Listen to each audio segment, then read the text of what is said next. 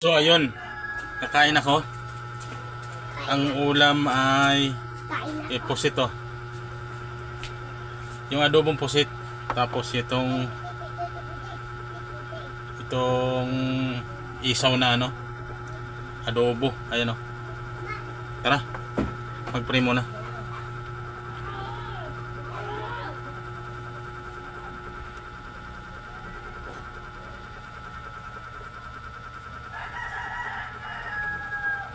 Ayan, kakain na tayo. Pero tignan nyo muna to. Ngayon guys, magluluto ako ng adobong pusit.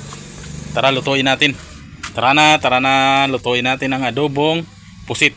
Pero tignan nyo muna to. Ayan yung lutuin natin oh. Konti lang kasi pang sa akin lang. Pang sa akin lang yan. Meron doon. Marami. Kaya kumuha lang ako ng konti. Kaya tara, lutuan na. Di ko trip yung luto nila eh. Ayan, inilagay na natin. Palabasin ko muna yung tubig. Ayan o, tugtutubig na. Wala mo ng mantika dyan. Palabasin ko muna yung tubig. Ayan, sibuyas tsaka bawang. Ginisa ko na.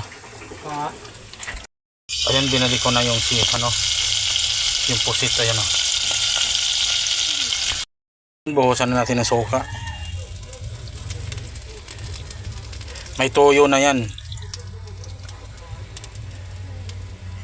Suka na lang.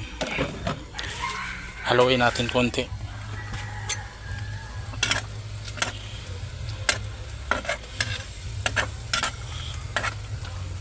Malapit na yan.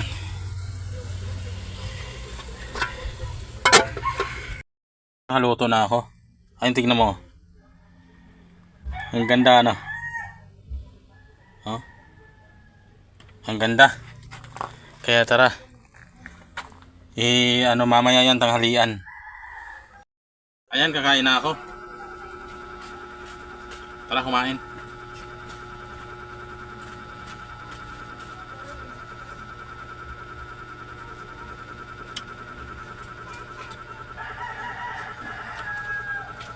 Hey.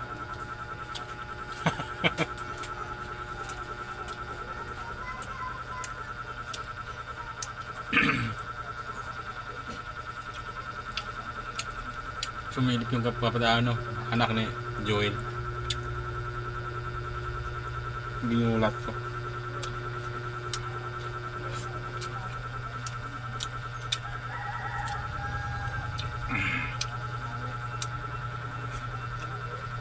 Masarap guys, masarap.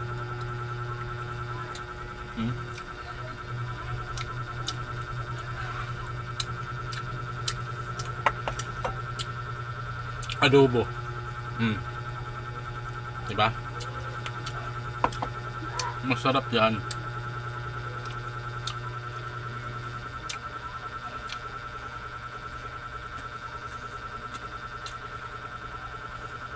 Mag-isip akong mag-diet.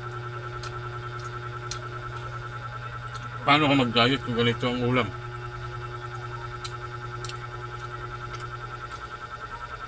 Masisira na naman ang diet ko nito.